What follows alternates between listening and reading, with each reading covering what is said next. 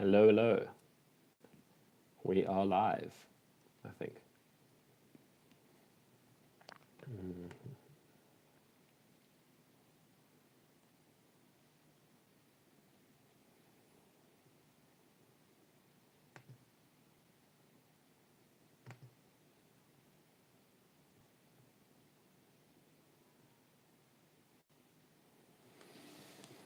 Okay, let's see what we talk about today. See who shows up.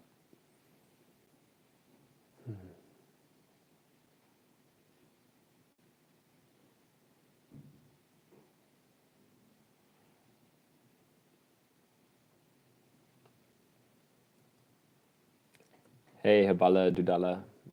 Nice to see you too. How are you doing? Where you watching this from?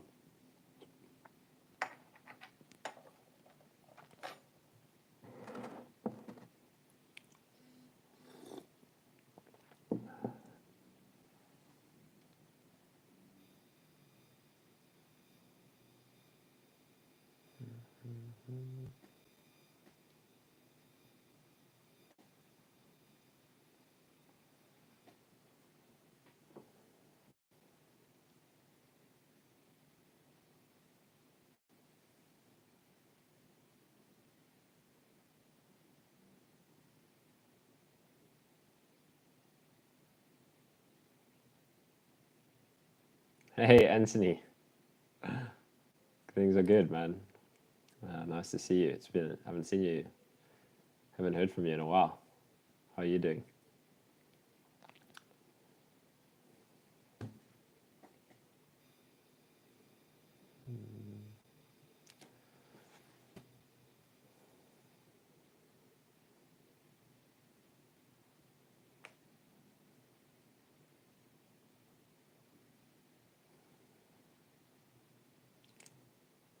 Yeah, so while we wait for people to join, I feel like maybe sharing something on here in the interests of vulnerability and authenticity and talking about emotion and stuff, which is what I try to point to on this channel. Um, yeah, well, my family's cat passed away today, and it was an interesting experience. Um, Obviously, very sad. It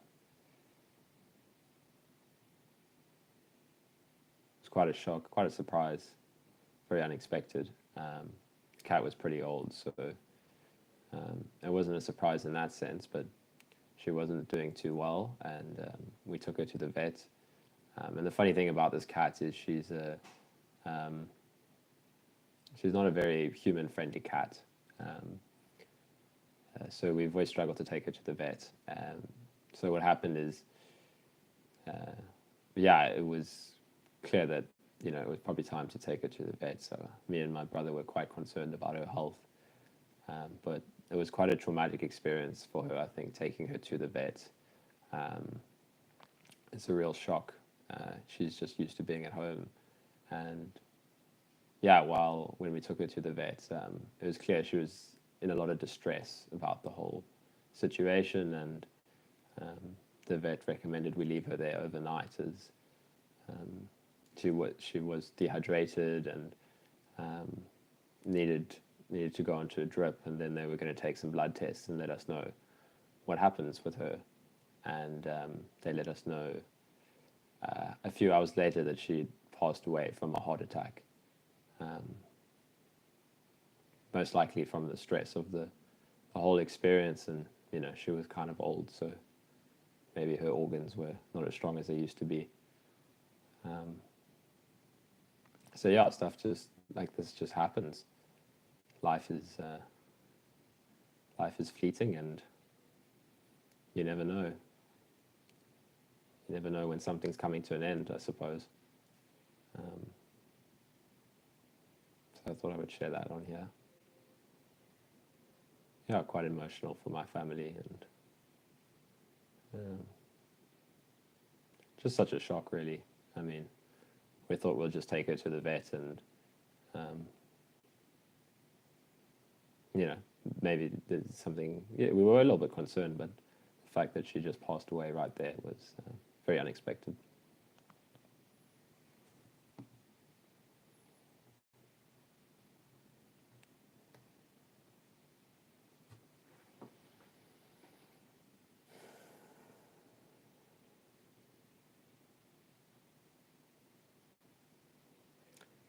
But I suppose that's the beautiful thing about life, really, is that it's fleeting. It's comes with grief and heartbreak. It's, yeah, impermanent, and it's all part of it.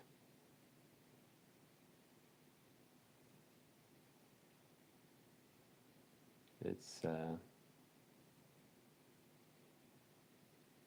can be brutal, can be beautiful, and it's just so full of vulnerability and helplessness that things just happen, and you do what you can, but it's ultimately out of your control.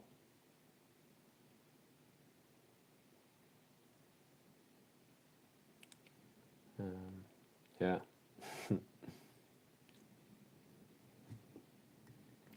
Thanks, Ray and Anthony. Appreciate the condolences. Hello to everybody else who joined. Anthony says he's doing okay.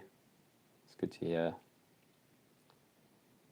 Habadullah out of bed 2 days ago. I left my baseline and now I'm having a massive flare up.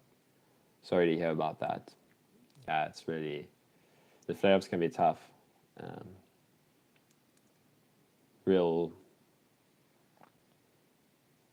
part of the process though. Like, yeah, it's really difficult to, it happens, you know, so, but they can be really tough for sure. Hey, I'm Ray. Nice to see you. Hey, Matt. How's it going, man? Yeah, thanks, guys. Appreciate it.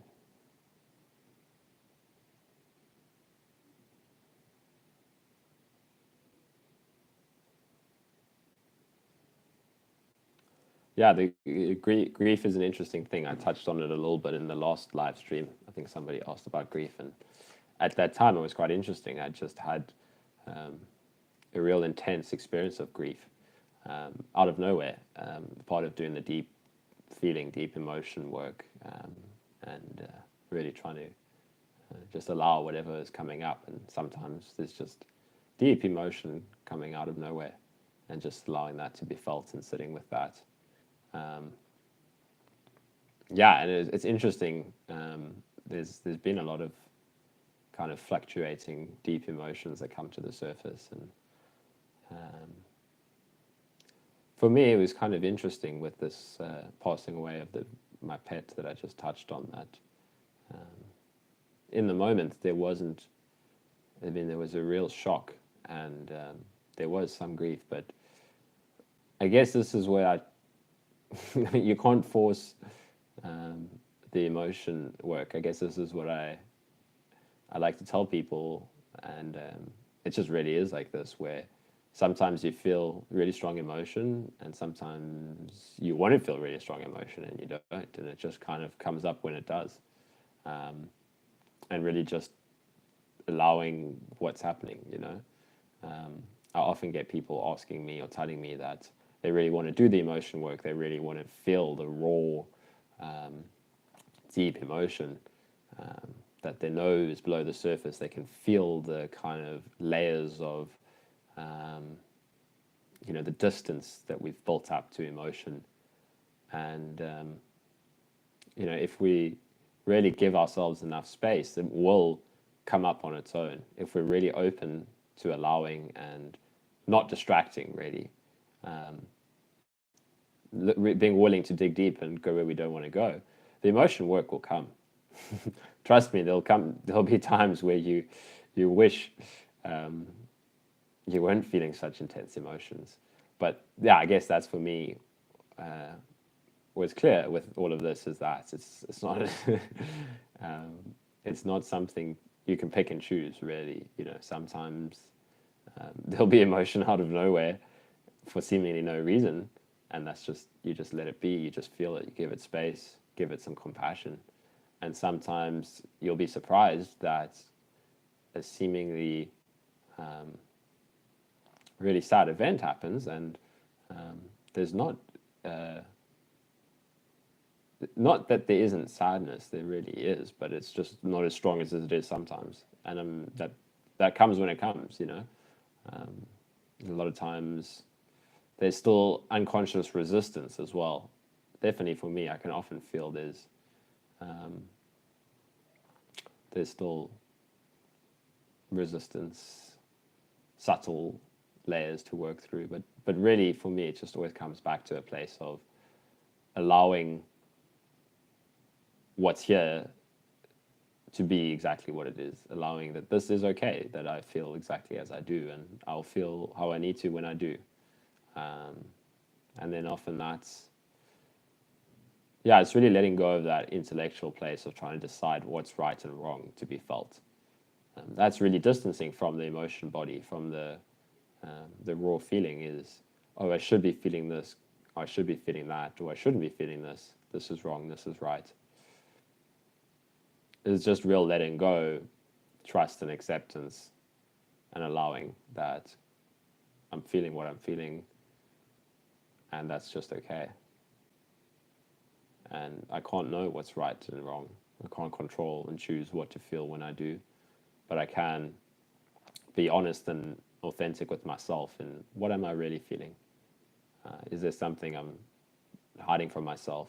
Is there something I don't want to feel? Is there something I'm pretending that, oh, yeah, just authenticity that, yeah, if you're happy, feel happy. If you're sad and you want to feel happy, just allow yourself to feel sad. So, yeah, it's really, the emotions come when they do. And often it won't be the emotion you want to feel. Sometimes we're okay with a certain emotion that, yeah, I'm okay to feel sad, but I'm not okay to feel angry, or I'm not okay to feel helpless and confused and lost. It's really those ones that we struggle with. That's where the real work is. Can we feel the stuff we don't want to feel? And there can often be a lot of resistance, a lot of avoidance. That can often be a sign that, specifically for me, this became clear that if I was meditating or doing something, there was just this real urge to distract myself or want to not meditate, want to do something else, a real just getting lost in thought. Eventually, a good question for me became, what am I not allowing myself to feel? What am I not allowing to just express? And again, this is not about forcing something to happen. We can try and do this from the space of, yeah, I need to feel something. But sometimes what we need to feel initially is frustration or restlessness or just that feeling of not being in control, that I can't choose this, I can't make this happen. I'm quite vulnerable. I'm quite helpless in the end. And I was quite afraid to feel that.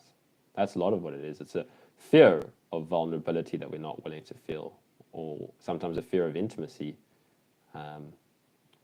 that we will not even be aware of, but there's so much unconscious resistance to this that we will try to make ourselves feel something else because it really is quite helpless to feel into that, but it comes with real intimacy as well.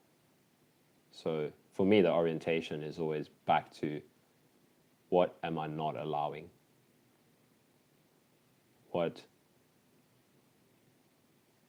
if I just let go and don't try to make this anything other than it is? What if I just allow my direct experience to be as it is? And sometimes it's just packed with resistance and there's not much you can do about it. But sit with it. Notice that you're resisting, that you're fighting. And yeah, just kind of orient towards authenticity. That, yeah, I'm resisting. Let's see what people are saying. Daniel King, hey Kyle, many recovery stories reference that they realized they'd recovered almost in hindsight, like there became this awareness that they hadn't thought about long COVID in a while. Does that resonate at all with you? For me, it wasn't really like that at all. It was much more like I was doing a lot of deep emotion work, a lot of meditation, a lot of work to calm my nervous system. And at the same time, I was trying to grow my boundaries. So going for walks, and a lot of the time this would lead to massive flare-ups and crashes. And I eventually reached an equilibrium where I was able to slowly grow my boundaries as I was doing enough of the inner work as opposed to distraction. So this is a really important balance that I want to touch on, is in how to increase activity.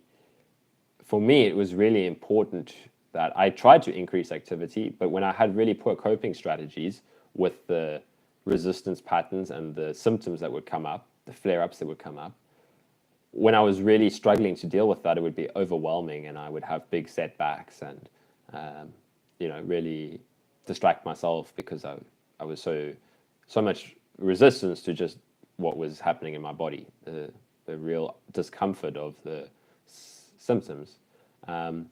So for me, it was really important to find a balance of pushing my boundaries gently in doing, starting with walks and then, slowly building that up with different activities that I was trying. And only once I really was doing, what was really important for me was I came to a place where I'd really reduced my distractions. It was kind of just a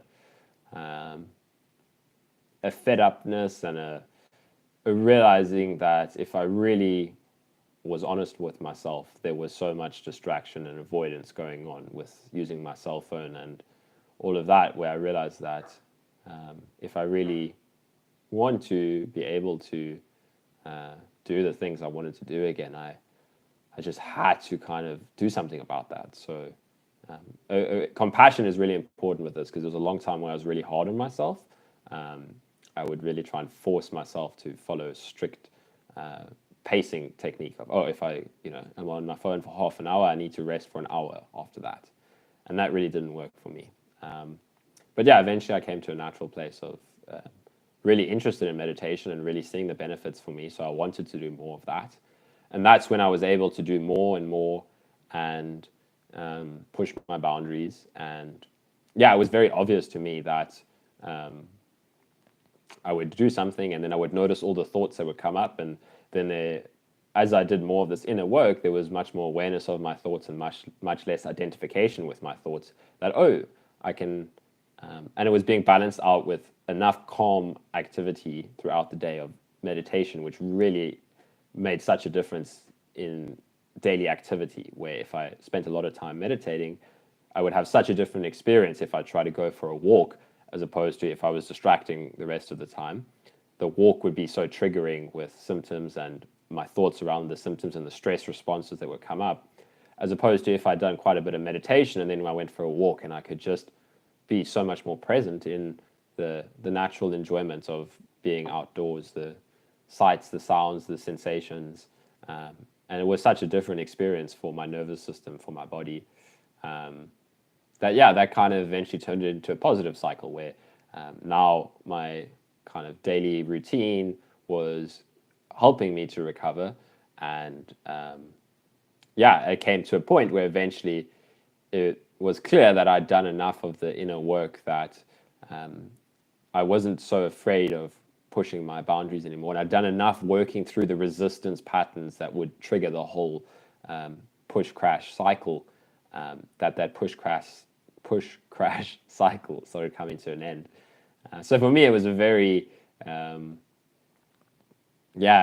just kind of came to a point where I was like, I'm not really I know that the whole mechanism that was really keeping me stuck has kind of been worked out, and now I'm able to push myself, and yeah, there wasn't much fear anymore. And from that point on, it was kind of quite a quick progress. So it wasn't really like for me at one point, I was like, oh, I'm recovered. It was more like very clear in the moment that I was able to push more. And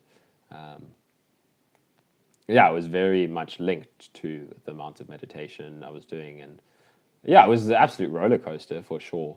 In that I didn't know when it was all going to happen. I can look back in hindsight and say like, oh yeah, from here I felt like I was getting recovered, but I didn't know exactly when that moment was going to be as I was going through it, you know. But yeah, it was really becoming this positive cycle of activities that I was doing that was really beneficial, as opposed to not being able to cope with the symptoms. So it's a really important point is to increase one's activity. From my perspective, it really has to come along with good mechanisms of coping with the symptoms and the resistance patterns and the fear and the thoughts and all of that that comes up. Otherwise, it will be overwhelming, as it was for me. You know, if I didn't have enough space to meditate and feel into it, I really needed those two in combination. So I'm not sure if that exactly answers your question, but that's kind of my experience with recovery. Hi, Linda. Nice to have you on, yeah? Barbara Ryan. Thanks, Kyle, for all you do to help. A question. I'm starting to feel better and better thanks to you. Amazing. I know that exercise is stress on the body. How do I exercise without stressing out the body? Well, I suppose that really kind of is what I was just talking about is, so hopefully that kind of helped with answering that. That, yeah, once I was able to do enough calming activities throughout the day, wake up in the morning, not go on my phone for quite a while, meditate, go for a walk, and then getting myself into this state where I was okay with what was happening. And then being able to stress out my body and deal with the, like, not having such a fear of stress anymore. This was one of the important concepts that I picked up from one of the brain retraining courses I did, which was really helpful that they emphasized this, was that you want to use the things that trigger you. So if that is like stress is bad, exercise is a stress, then you want to just start triggering some stress. So for me, it was, I'd been working with exercise for a while and was just, push, crash, and I was, really struggling. But yeah, and then it was like, okay, I'm going to specifically do something really small, just like try to get my heart rate up really quickly and then work through my reactions to that. So sit with that, see what fear comes up, feel into the symptoms, and just kind of allow and not resist. So really allowing whatever comes up with compassion, with gentleness, and then that you can build up from. So, it's not always going to be perfect, but pushing the limit and, okay, I'm going to do some things that I'm afraid of that are going to stress me out. I'm going to do some exercise, start small. And yeah, maybe sometimes you do a bit too much and you have a really big flare up and it's difficult. So that's why I say it's really important to balance that out with, okay, I'm going to stress out my system, but I'm going to have these practices and techniques like meditation and acceptance work and compassion and just sitting and being willing to feel what we're afraid to feel. That's the way I would recommend it. Yeah. So, like a lot of people, that I talk to will, if you got a lot of equanimity with your symptoms and you've been doing a lot of meditation, you've kind of calmed down the mind and the body quite a bit, then maybe it's time to start adding in some stresses, and it will give you new stuff to work through. Like we need to kind of, for me, it was shifting to a perspective of building resilience, of no longer being afraid, and being like, how can my body is quite resilient, or how can I build my body's resilience? So can I bring in some stresses and then no longer be terrified of that and be feeding myself fear in that, oh, this is too much, this is bad for me. It's like, okay, this is, I need to work through this. I need to allow myself to feel without getting identified with the fear that comes up. That, yeah, there's lots of fear thoughts, and that's okay. Just let the fear pass through. So, yeah, I hope that helps. Hi, Kyle. What has sleep looked like for you in the past, and what does it look like now? That's a good question. So, sleep is an interesting one. Like halfway through the recovery journey, so once I'd been sick for about a year, I started working with a holistic physiotherapist. She was really great and really kind of helped me to see that health is quite a holistic thing, and there's a lot of triggers for nervous system stress that can build up over time that can lead to people with chronic pain disorders, chronic fatigue disorders, these kind of autonomic nervous system malfunctioning kind of illnesses. And one of the things we looked at was sleep, was what was my sleep like? And at the time, it was not great. I was often in that stressed out, wired state where I would wake up in the middle of the night, not able to sleep. And so we looked at implementing strategies to improve my sleep. So what that looked like was trying to reduce screen time and stimulation before bed. So like, okay, try to come up with a bedtime routine of like a shower and then some yoga or just some stretches or some meditation and yeah, some like peaceful activities, and then going to sleep and whatnot. And the interesting thing was, because I hadn't done enough of this inner work yet, there was so much kind of, my mind and my body were in this kind of stressed out, controlling state where the only way I knew how to do something was to try and force it to happen. Or there was just such the strong mechanism of control. This is why I really emphasize the acceptance work. That sleep did become quite a stressor for me. That I became fixated on that. I have to improve my sleep as something that can make me recover. So for a while, I really struggled with that. And then later on, once I started meditating quite a lot and getting more in touch with this not resisting aspect of it, my sleep did improve, because it was kind of like I was saying earlier, that I got into this good routine of meditating quite a bit and this positive feedback cycle of doing the activities that were beneficial to me, not distracting myself too much throughout the day. And then I would do some really nice meditations in the evening, and I would sleep really well, and I would wake up feeling refreshed. But it took me a good couple of months of understanding how to approach sleep, not from a perspective of I have to make my sleep better. Really just kind of, doing what I can, and then not resisting. And sleep was very interesting. Like, as I mentioned, there was lots of periods of insomnia and struggling to sleep, and eventually it came back into alignment. And then the second part, what does it look like now? Well, that's the funny thing. After kind of full recovery, where I was not afraid to do things anymore and was pushing my boundaries and whatnot, sleep kind of fluctuates a lot for me. That was one of the kind of another, when I talk about building resilience, it was like another thing, that realizing that it's nice to have a good sleep routine, but also being okay with having a night out, or just being flexible in what I can do. Sleep is not always going to go the way I want it to, and so nowadays my sleep's kind of all over the place.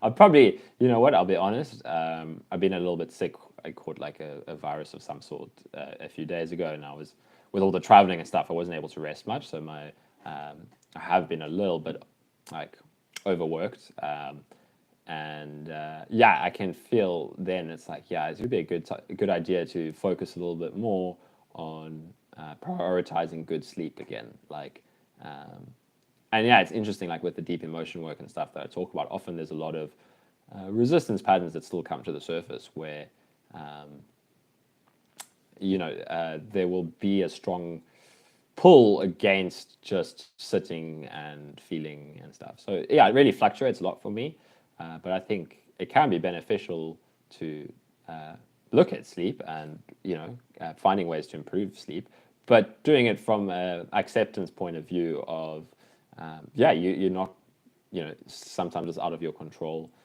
Sometimes you're going to wake up in the middle of the night and not be able to go back to sleep, and for me, also something else is like yoga and nidra, and just focusing on the things that are helpful. Like I found things that help my sleep, and I would try to focus on those things. So in the middle of the night, it's like, okay, I'm awake, let me do like a yoga nidra body scan type thing, and that would be really helpful. So, but yeah, to be honest, nowadays my sleep is really sometimes all over the show because I'm not kind of in that space of trying to optimize my health. It's just kind of doing whatever. But these things change for me. Maybe now I will focus on it a bit more, depending on what's happening. Rolling in the Garden. Hi Kyle, I've been watching your videos since February of this year, so almost from the beginning. Awesome. First time I'm participating in the chat. I was in a bad state of long COVID back then. Well, great to have you here. Nice to hear from you, a long time viewer. Let's see. I made massive progress through the summer, but now I caught COVID again, and I'm not sure how I feel. Have I learnt enough from you, Raylan, and Dan Buglio to keep long COVID from becoming worse? That's a common fear, I think, and it was something that I was really afraid of for quite a while as well. Reinfection of COVID, and specifically early on, before when I was really not in the right mindset of dealing with this kind of stuff. It was like early on when I was so convinced that COVID had messed up my body entirely, and there was so much fear of like, what if I have COVID again? It did all this to me and stuff, but it was realizing there was so much projection purely onto COVID when there was a lot of other stuff going on in my nervous system, a lot of emotional repression, a lot of resistance patterns that had built up over time that was contributing a lot of stress to my nervous system. So eventually realizing that, COVID had played a role in this, but it had more to do with kind of my stress response and my coping mechanisms and all of that. A whole bunch of different factors. It's really difficult to isolate it as. I'm never saying it's not COVID, but for me, realizing that health is so much more holistic, and there's a lot of inner work that I could do to really calm my nervous system, and that was much more important. There was a point where, the virus had passed through my body, and this wasn't about the virus anymore, but maybe it had led to some changes in how my nervous system was operating, heightened up my stress response and that kind of thing. So that's one thing to keep in mind, and then just again realizing that you just kind of have to do what you can, but not focus too much on trying to control that. You couldn't choose whether you're going to get COVID or not, and we are kind of vulnerable and helpless in that sense that a lot of us try to minimize exposure so much, but at some point, for me, this is where resilience comes back into it. Is for me, recovery is not about making sure you never get COVID again. It's more about learning how to deal with symptoms, how to deal with your body's stress response, how to sit with uncomfortable states and process it without having these big reactions to it, developing equanimity with symptoms. Then the next time you get sick, we can't really stop ourselves from ever getting sick again. I mean, sure, maybe somebody can make that their life project that, I'm going to, and some people do, you become like a health, really focus on that kind of stuff. And I guess that's just not my approach. It's more important to be like, no, I can be resilient. I can go out, I can do things, and I can get sick and I can process this. But that comes with time. I'm not saying that somebody needs to do that right now. I'm just saying that's more of the orientation that I feel towards. Is I really like the idea of resilience, of not trying to prevent a germ from ever entering my body again, but realizing that by my immune system getting exposed to certain germs, that's how the immune system gets stronger. Really trusting my body that, yeah, this kind of little voice in my head that says it's me, I'm not really in control of all these processes going on in my body. I'm not the one that develops an immune response in my body when this happens, when that happens. But I can try and work on getting all my processes in my body to coming back to a natural balance through working through my stress and meditating and those kinds of things. And then, sure, let's say we get COVID again, and notice what fear comes up. Okay, I got COVID, I'm not in control, and this is just what it is. And then if there's self-judgment, like I've heard this from some people, that if only I had done this wrong, if only I had done this better, if I hadn't gone to this, I wouldn't be in the place where I'm at now. But the truth is, you are in the place where you're at now. And that whole narrative that we're selling ourselves, that if I hadn't pushed this hard, I would never have gotten long COVID or whatnot, is really just an avoidance mechanism of feeling some kind of helplessness, some kind of guilt, some kind of shame. We really hold on to this kind of hard narrative against ourselves that, oh, if only I'd done things differently, because we're unable to accept what's in our experience right now. That's why we think back like, oh yeah, if I'd done this or that, then this wouldn't be the case, and I'm so frustrated. But this is the case, and that's just kind of a imaginary scenario we're playing out in our head that's kind of irrelevant. So yeah, not to judge oneself, but to realize that you're in a situation you're in, and what can we do about it, and what can we not do about it? What do I just have to sit with? What do I just have to work through? What is this bringing to the surface that could be a lesson for me? A lesson in letting go, a lesson in allowance, a lesson in compassion, a lesson in being vulnerable and helpless and innocent. So, yeah, I guess do what you can, and then be open to allowing yourself to feel the resistances to what you can't control. And yeah, I'm not sure if that's helpful, but that would be my feedback. Whit, what's a favorite guided meditation that you still go to today? That's a good question. I like that. So some of my favorite guided meditations are a lot on the Waking Up app by Sam Harris. I really like the series Sitting in Stillness by Adyashanti. It's a bunch of 30-minute guided meditations. And some of my favorite ones on there are ones oriented towards self-inquiry as well.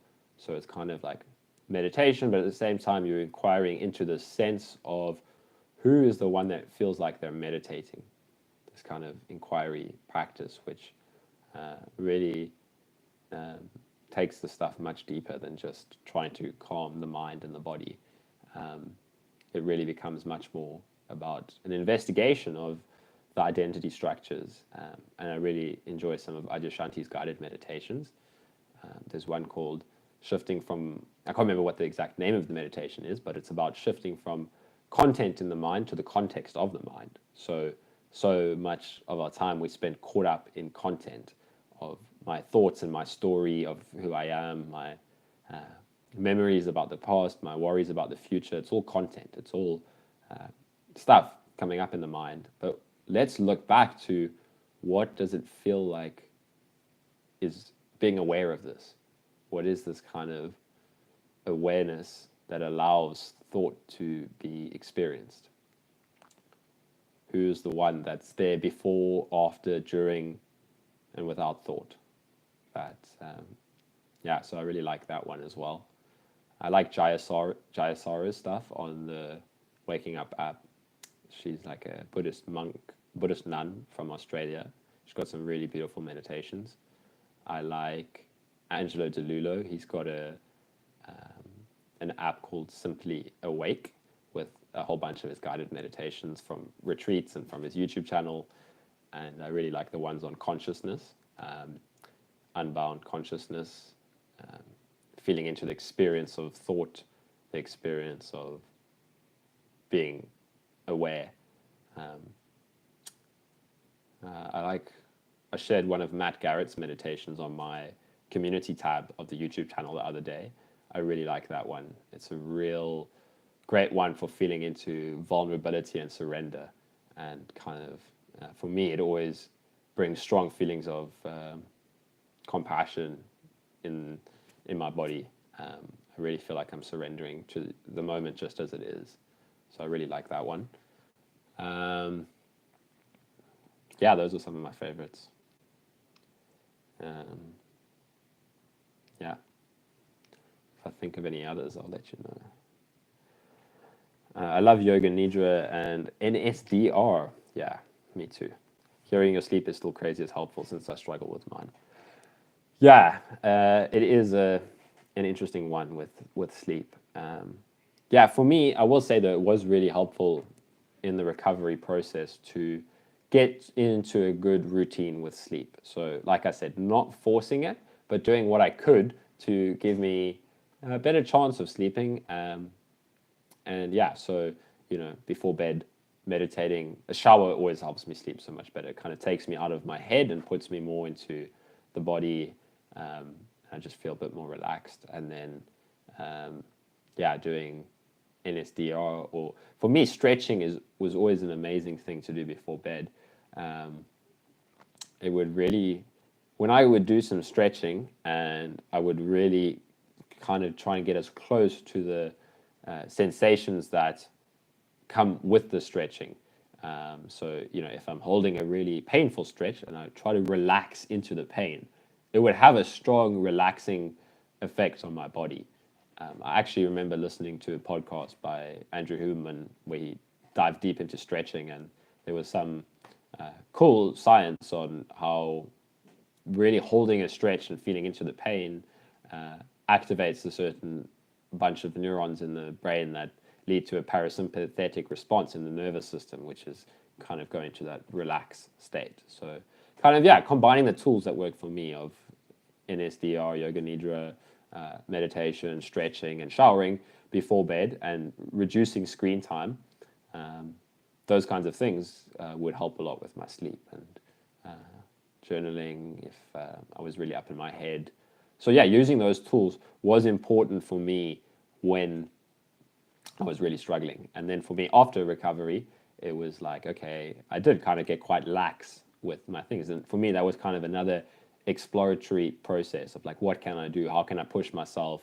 And yeah, it was quite fun. I was doing so much stuff with exercise, and getting into competitive cycling racing for a while, and all a bunch of things. But then, yeah, realizing when life gets kind of too busy, like if I'm sick and I'm, pushing myself really hard with exercise at the same time, realizing, okay, maybe now is a good time to introduce some of those tools that I used again during recovery. I can see I'm maybe overworking my nervous system, just as any person can overwork their nervous system. Like if a professional athlete does too much high intensity work for too long, they're going to have burnouts and chronic fatigue from overtraining. It's the same with a bunch of life stresses. If you've got a lot of work stress combined with emotional stress combined with whatever, it can become too much for a while. And if we hold that for too long, it can, get us stuck. So yeah, it's important for me to judge, like, oh, maybe now's a good time to kind of shift my attention back to the kind of self-help, or things that I know promote my health, something like that. So yeah, for now, I'll probably start doing some more Yoga Nidra and whatnot to improve my sleep. So yeah, it does fluctuate for sure. I mean, yeah, it's interesting. I had, especially with meditation and stuff as well, I sometimes go through periods where I have really weird sleep cycles, like after a retreat, for sure. It's such a shift going from retreat back into the real world. It's such an adjustment for the nervous system. It's quite a lot of intense stimulation, going from complete meditating 12 hours a day, no talking, no contact with anything, to back into that real world. My nervous system would be whack for a while, like a week where I would have some days where I didn't sleep. I was up until sunrise, and then I would have some stuff to do, and then I would suddenly pass out during the day. But for me, that kind of stuff was once I was kind of comfortable with the resiliency of my nervous system, that sure, I can challenge myself in certain aspects and I'm okay with dealing with the consequences. Whereas when I was recovering, it was important for me to not overwhelm myself in that, yeah, if I did those kind of things, it would lead to really overwhelming states. So it's important to realize, when you need to kind of step back and nurture your nervous system a bit more, and when you maybe push your boundaries a bit. So that's my experience with it. And it continues to evolve, as I do things differently, I am always learning. So who knows what I'll say about this in 6 months' time. Thomas, okay, wait. Barbara says I posted another question. See above. Did I miss it? Let's see. I did, I think.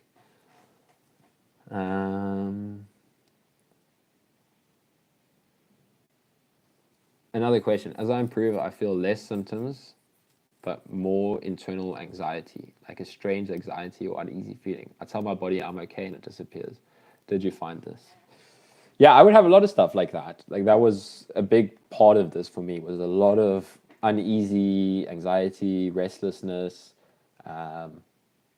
It's interesting how it fluctuates. Sometimes the struggle was a real kind of deep fatigue of not having energy to do anything, and sometimes it would be the opposite, a real kind of restlessness, like unable to sleep, unable to sit still.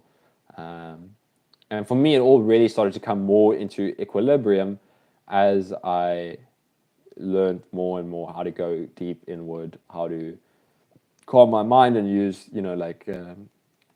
concentrated meditation techniques to help really just quiet my mind. I really got a lot of benefit from that. I've mentioned it a few times before, but techniques like shamatha meditation or samatha is like you focus on it's like a concentration based technique, but it's really focused on cultivating relaxing feelings of peace. And and then you get like insight meditation, which is more focused on deep experiential insights and stripping away kind of layers of delusion in the mind and stuff. So for me, the concentration based practice, which I learned from the book The Mind Illuminated, that helped to really just bring a lot more equilibrium into my nervous system. But it's strange, it fluctuates, and I guess always just dealing with what comes up in the moment and seeing what does this trigger in me, that there's strange anxiety, there's uneasiness. Also around that for me, like grounding practices were really helpful, like things that would bring me back into the body and help to release some of this restless energy, that's stretching, like I was mentioning earlier, a little bit of gentle yoga, all things that would bring me back into the body and help to release some of the stuff. And then later, only more recently, I discovered TRE, which is good for this kind of thing as well. It can sometimes be quite activating, like TRE, where your body starts to tremble and tremor and shake, but at the same time, it's doing a lot of trauma release and stress release in the physical body, which is quite a really helpful practice to combine with the acceptance inner work that I talk about, because it helps to process a lot of the things that come up. Like while we're doing this, often for me, I'll have really intense tension and contraction and resistance come up in the body, and then some form of physical modality can be helpful in conjunction with this kind of thing. So that's another thing to maybe explore. I like Angelo DeLullo, one of the teachers that I follow a lot. In his book, I learned this process of intuitive movement, just kind of allowing your body to move and dance and really getting out of your head and just going wild with free movement of the body would often help me to process that restless, uneasy, anxious feeling. That sure, I can meditate, and that would help, but sometimes that in conjunction with intuitive movement or TRE or some form of bodily movement modality, dancing, or really just a more intuitive movement of the body would help to process those kinds of things. So and you say, I tell my body I'm okay and it disappears. So, if that works as well. Yeah, sometimes it's like not getting caught up in the anxious thoughts that, okay, there's tension, anxiousness, and then it's like, it's okay. It's often, it's often when that little bit of layer of resistance where you're like, no, it's actually okay. That the uneasiness can be here. Sometimes it just dissipates, but also it's easy to try and make that happen. Then, like, okay, last time I did this, it disappeared, and now it's not. And then there's some subtle resistance there or something. So, yeah, as I mentioned, I like physical modalities are helpful for this. Okay, glad we answered that. Thomas Bowles, about Bowles. I feel some of my symptoms nearly all the time, and when I push myself, they flare up. Did you wait for symptoms to go away completely before pushing again to expand the envelope?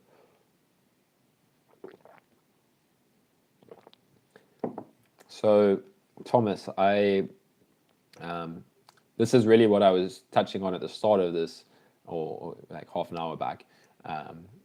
So if you didn't watch that, I recommend watching the replay. But I will quickly touch on that. But really, I did kind of dive into this a little bit, my whole experience with that. In that, did I wait for symptoms to go away completely before pushing again to expand the envelope? So what I was just talking about was how expanding the envelope, for me, was really important to combine this with a lot of meditation and learning how to calm my mind and my body. And I used the meditation technique I just talked about quite a lot, and a whole bunch of different guided meditations and these other kinds of inner work practices.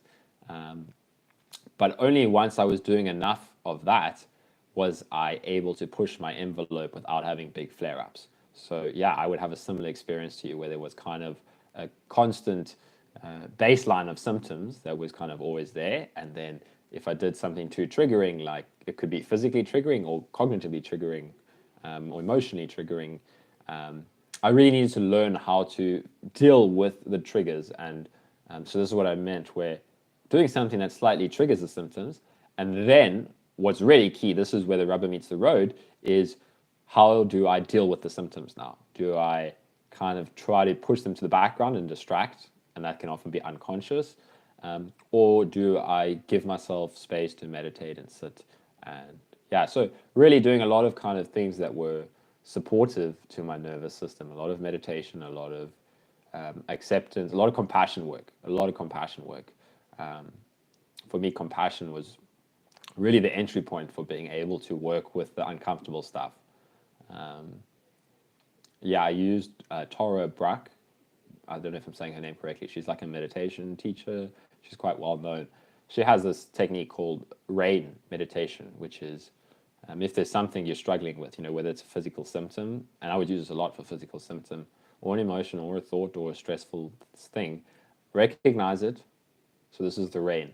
Recognize, just kind of clarify for yourself. Oh, okay, yeah, this is what I'm feeling, or this is what I don't want to be feeling. Okay, let me actually see what am I struggling with. Accept that this is how it is right now. That yeah, I can wish that I hadn't done this to trigger it or whatever, but this is how it is right now. This is what I'm feeling. This is, then there's resistance. Accept that there's resistance, and then investigate.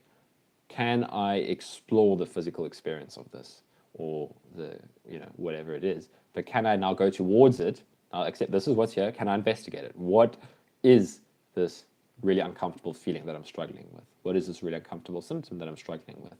Can I explore it? And then nurture. And this is where the compassion comes in.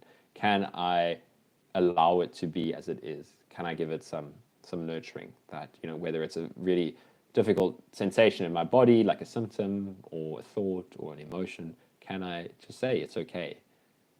I accept you. There's space for you to be here. I don't need to fight you. I don't need to get rid of you. This kind of approach, doing a lot of this is what allowed me to expand my envelope.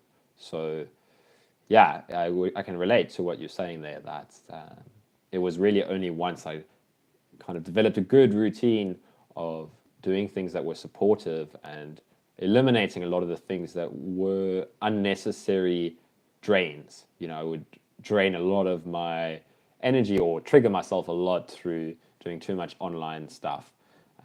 So finding the balance for you, that's what allowed me to push the envelope, if that resonates. And yeah, if you want to watch the replay, I did dive into this a little bit earlier as well. Yeah. Rolene, thank you so much for your response. Very helpful. I agree that resilience is the best approach. One would have to become a hermit in order to avoid all viruses. I'm watching with some pauses and delay because of family dinner time. That's exactly it, Rolene. Like, often we can get caught up in this fear mindset of, okay, I need to avoid anything that triggers these symptoms. But as you say, it's kind of, if you want to be able to function, maybe there's a time for that. Like, it's really kind of, differs. But yeah, at some point it's about resilience in that I want to be able to get my nervous system to a state where I'm able to not be in control of what's happening and know that I can handle what comes up, whether it's a virus, whether it's a stressful life event. And sometimes we will have something that overwhelms us, and then that can be a good lesson in that. Okay, how do I work with what comes up? How do I process this?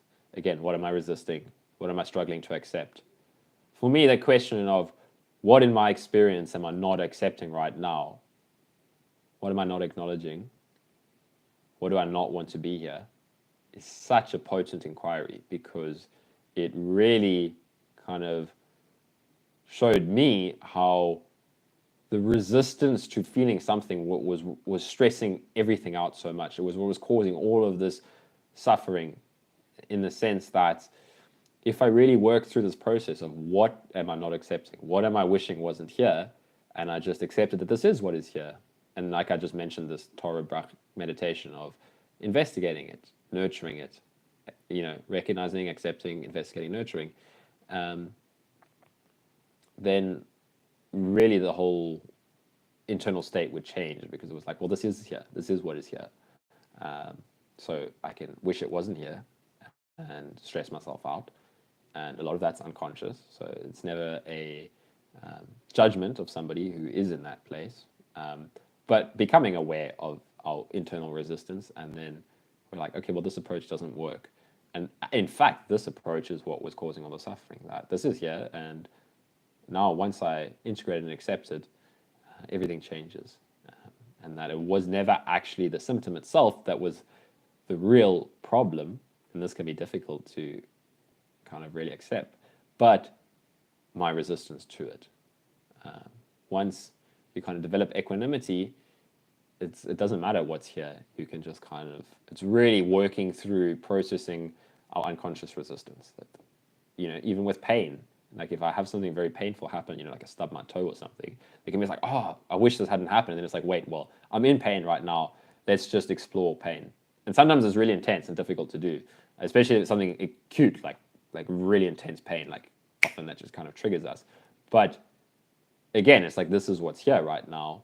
And if I'm really able to kind of get out of my thoughts and like go to the pain itself, it's like, well, pain is just really freaking intense, but I can't find exactly what in the pain is such a problem.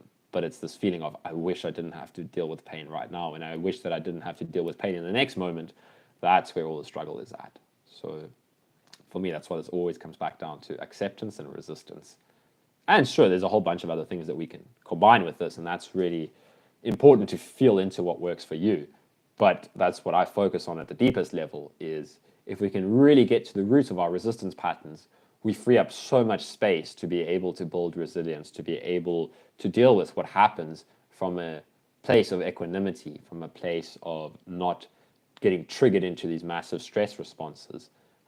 That for me was the core of my recovery, was this deep spiritual work of realizing that it all boils down to resistance to what is, wishing things were different than they are. And then again, there's a lot of stuff that can be added to this, but that is like a foundational kind of thing to come back to. Is what am I resisting? If I don't resist anything, then there's not really a problem. But it's really important to acknowledge that there is a lot of unconscious resistance, that there is a lot of resistance to work through. it's not just like we flick a switch and resistance is gone. That okay, now that I understand this, there's a lot of work to still do in that. Okay, now I need to become conscious of all of my resistance patterns. Now I need to see where I'm being inauthentic with myself. So, yeah, it can be daunting, but it's the best kind of work to do because it leads to so much more equanimity. And the more deeper you go, it becomes so obvious that this is the only way. That anything else is an avoidance to what is. So yeah, kind of bringing this to all aspects of life can be really profound. Elizabeth Erkstam says, I hope you see my question above.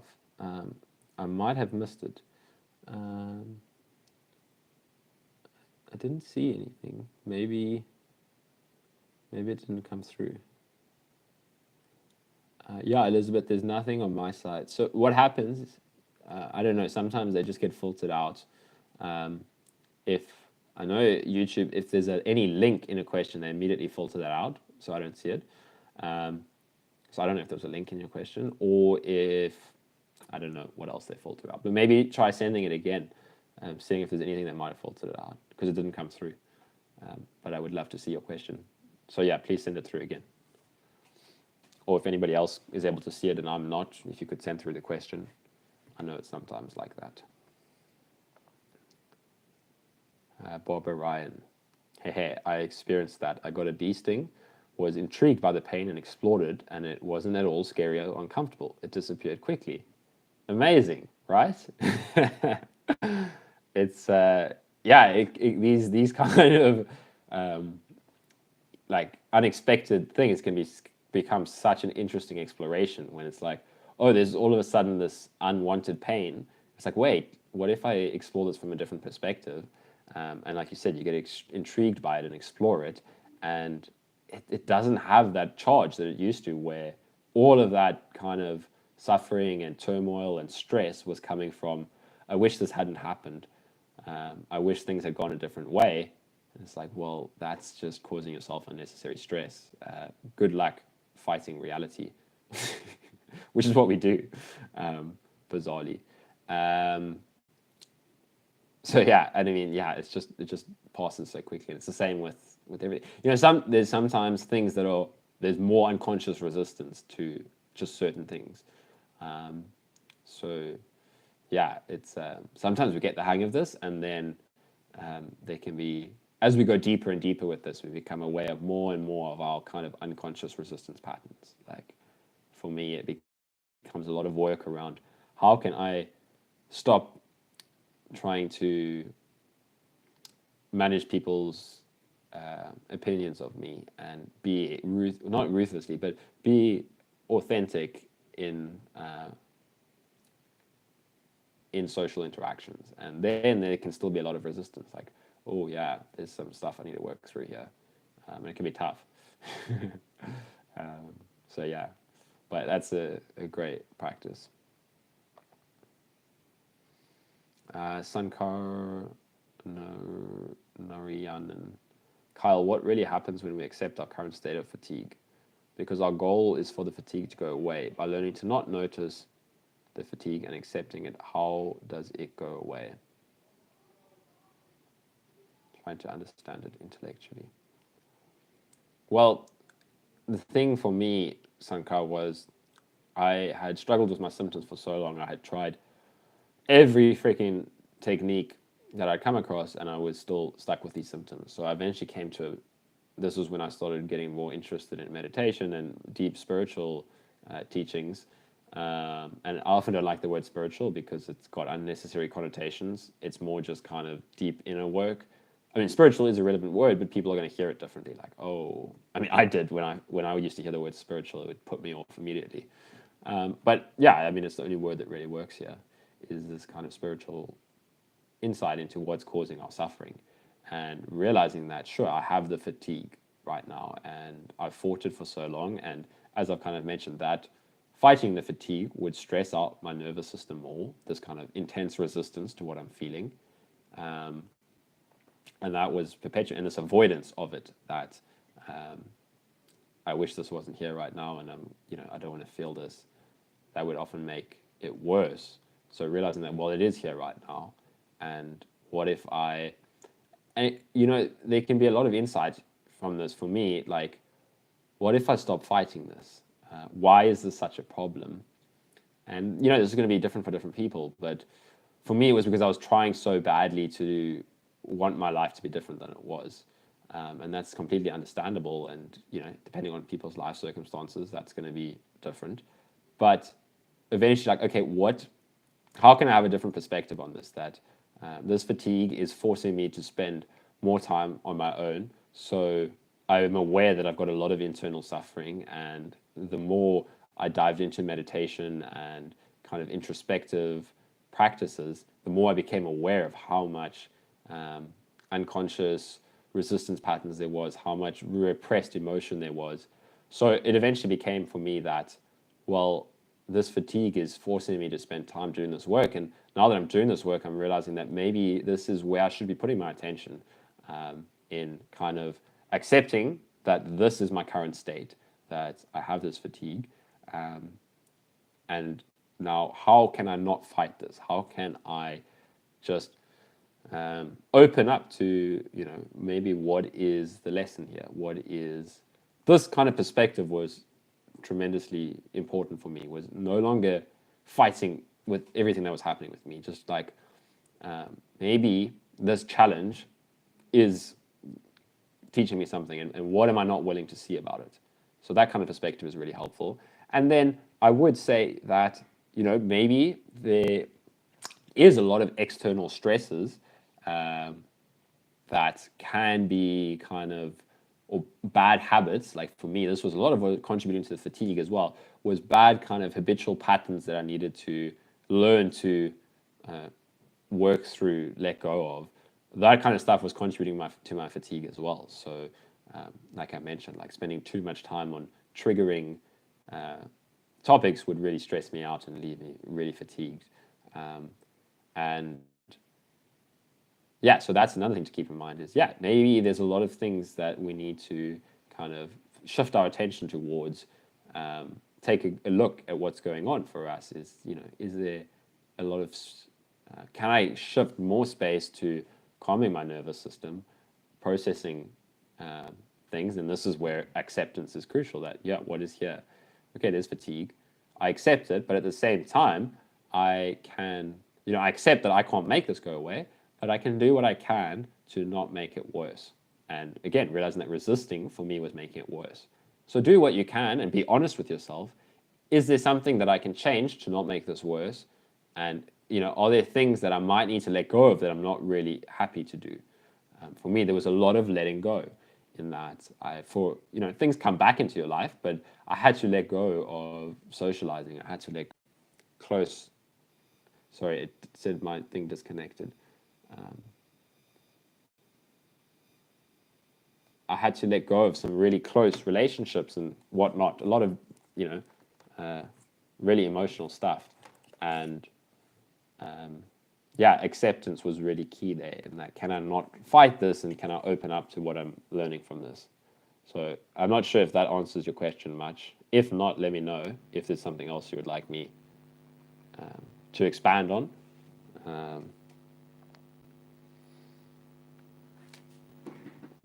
That's kind of just one aspect of it, but let me know. Okay, Elizabeth, your question came through. Great. Let me just sort out something here with my Wi-Fi.